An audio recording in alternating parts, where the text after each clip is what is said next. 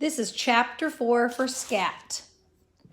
The camera battery went dead, so Nick and Marta couldn't view the videotape on the bus. By the time the kids got back to the school, it was so late that Mr. Neal and Miss Moffett let them finish the day doing homework in the cafeteria. Marta had an appointment with her orthodontist, so Nick walked home from the bus stop alone. His sneakers squishing, he kicked them off at the front door and ran to the den to check his email. Nothing.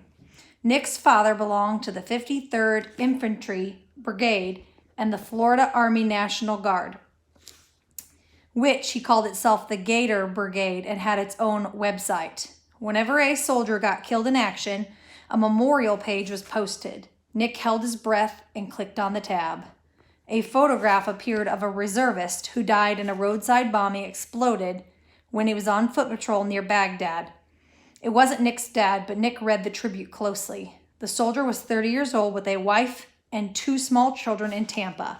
The picture showed the man dressed in his crisply pressed army uniform in front of an American flag. He looked so strong and confident that it was almost impossible to believe he was dead.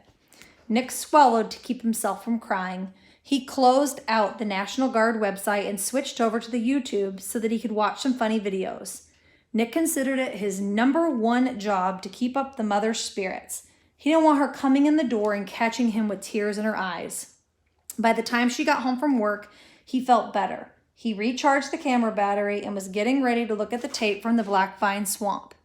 "How was your field trip?" his mom asked. Nick told her about the wildfire. "Thank God nobody was hurt," she said. "How did it start?" Nick shrugged. "Who knows? It's a dry season. Fires pop up all the time." "Well, you definitely have a more exciting day than I did." She removed some plastic containers from the fridge and announced that she was fixing a Greek salad for dinner because she's too tired to cook. "One cool thing happened. I saw a panther in the woods," Nick said. "It's on video. You want to check it out?" His mom sat on the sofa. Nick plugged the camera into the wall and connected it to the TV set. "You have to watch close. It's very blurry," he said, and real short. When he pressed the play button, the cypress strand came into view. The picture, though wobbly and somewhat out of focus, was easier to see on a TV screen than on the camera's small viewfinder.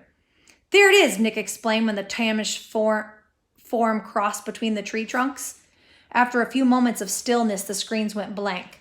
"That's it?" the mother asked. Nick touched the rewind button. "Let's watch again." From beginning to end, the tape lasted only 15 seconds. Nick paused it when the animal came into view. His mom said, "Honestly, that's one funky-looking panther." The animal was moving at an angle away from the camera, so its head wasn't fully visible. The torso didn't look long and streamlined like a panther's. The creature was more blocky and upright. "Maybe a wild hog," his mother said. "Wrong color. We heard a cry that sounded like a big cat, I swear." Nick played the tape in slow motion, rewound it, and played it again.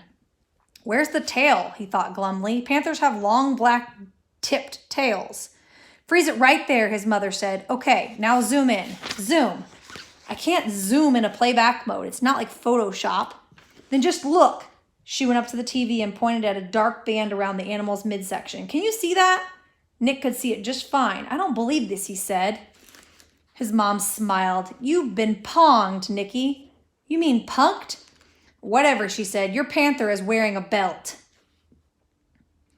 Dr. Dressler stayed longer than usual after school let out. Mrs. Moffett and Mr. Neal were in the office giving an account of what happened during the field trip. Dr. Dressler was shaken by what he was hearing. "So the last time either of you saw Mrs. Starch, she was actually going back into the swamp," he said, "with a wildfire burning?" "To get Libby Marshall's asthma inhaler," Mr. Neal said. Dr. Dressler was trying not to appear freaked out, but in the entire 12-year career as a private school administrator, he had never lost a teacher before. "Then why didn't you wait for her to return?" he asked. "Because of the fire," Mr. Neal said. He turned for moral support to Miss Moffett, who nodded. "Mrs. Starch told us not to wait," Mrs. Moffett explained. "She said to move the kids out of there as fast as we could and that she'd meet us back at school. She had her own car." Yes, you told me," Dr. Dressler drummed his fingers on his desk. The explanation made total sense. The safety of the students was always first priority. Of course, Mrs. Starch would have ordered the bus to leave the area as soon as possible. Mr. Neal cautioned against jumping to conclusions. "Maybe she drove straight home instead of coming here, or maybe she stopped at the grocery. Did you try to call her phone?" "About 10 times, Dr. Dressler said. No answer." He doubted if the Truman School had an official procedure for reporting a missing teacher, but most likely he'd have nothing to notify the police. He said maybe someone should take a drive to her house just to make sure she's not there. Neither Miss Moffett or Mr. Neal were eager to volunteer. All the faculty members had heard the peculiar stories about Mrs. Starch, the deadly snake collection, the taxiderming critters, and so on. Would you happen to know if she has relatives living around here? Dr. Dressler inquired. Someone we could contact to see if they've heard from her?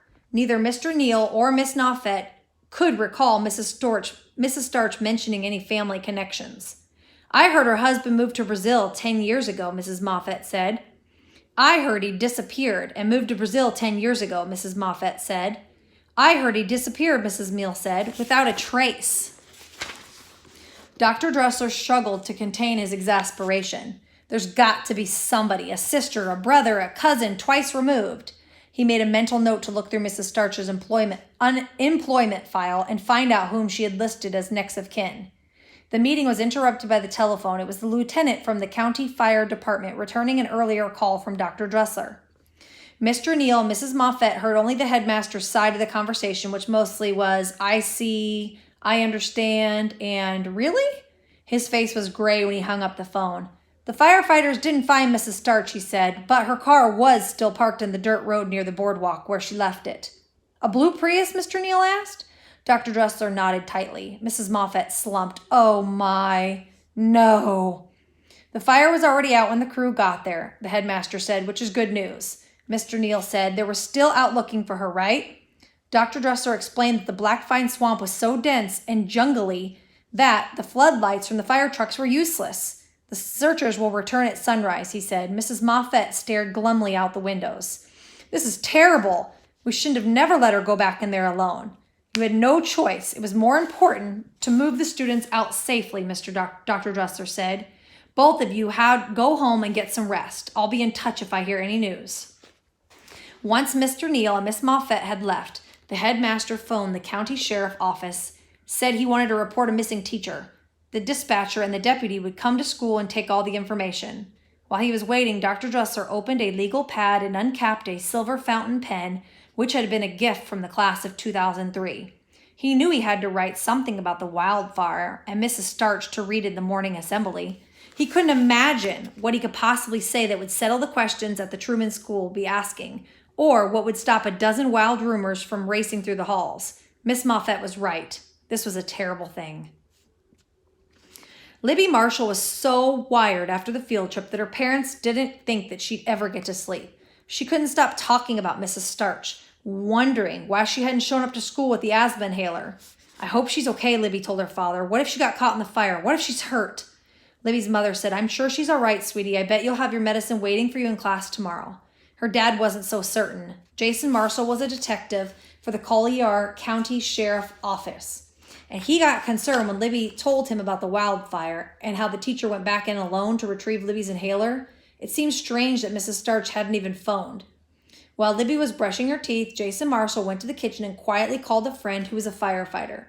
The firefighter said the blaze near the big cypress was no longer burning, but he confirmed that the crews had found an automobile registered to a woman named Bunny Starch, who was missing and believed lost in the swamp. Libby's father didn't want to upset Libby anymore, so he didn't tell her what he learned. She'd find out soon enough, probably the minute she got to school the next day. Finally, around 10:30, Libby finally drifted off. Within half an hour, her mother was out like a light too. Bonnie Marshall owned a popular breakfast shop on Marco Island, and every morning she got up before dawn to make the long drive. Now it was Jason Marshall who couldn't fall asleep. He sat up in bed with an open book in his lap, but he wasn't reading. His thoughts were on Libby's teacher. Any half-intelligent person would survive a night in the Big Cypress. All you'd have to do is hunker down someplace dry and be still. Except for the bugs, nothing would bother you, at least no wild animals would. The worst thing to panic and to go thrashing into the wilderness, which was a good way to get bitten by a water moccasin or gored by a wild pig or chased by a bear. Jason Marshall hoped that Libby's biology teacher had enough common sense to remain calm and wait for help to arrive.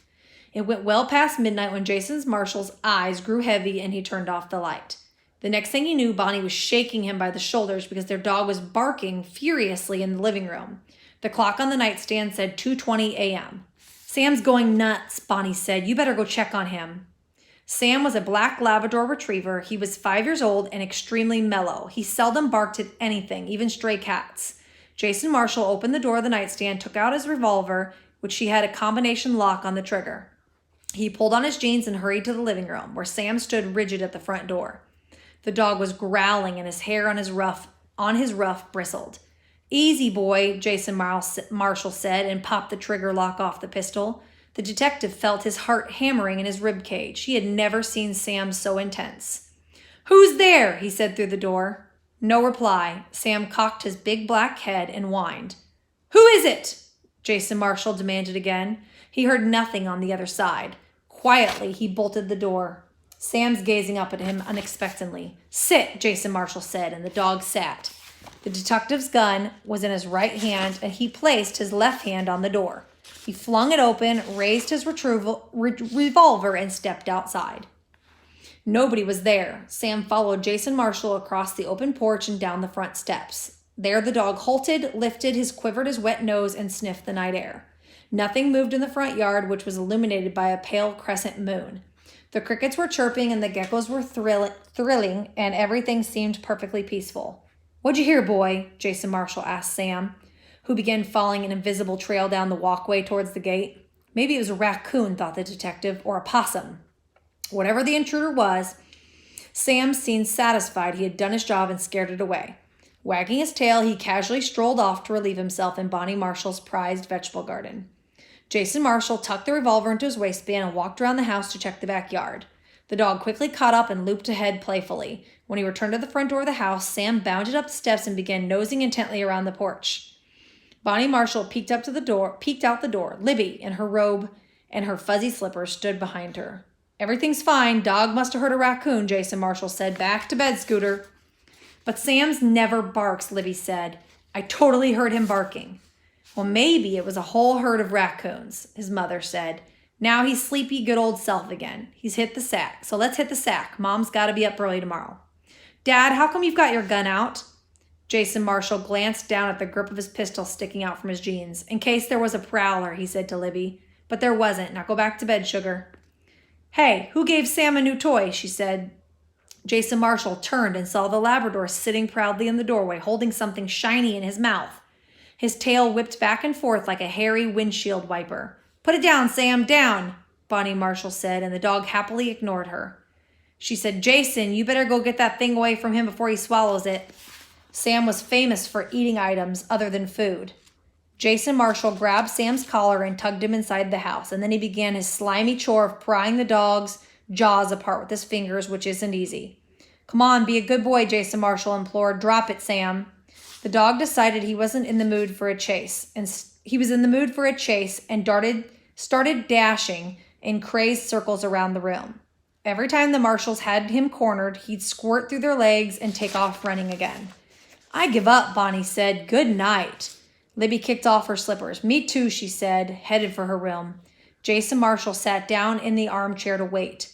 With nobody pursuing him, Sam soon got bored with the game. He lay down panting on the rug and dropped the mystery toy at Jason Marshall's feet.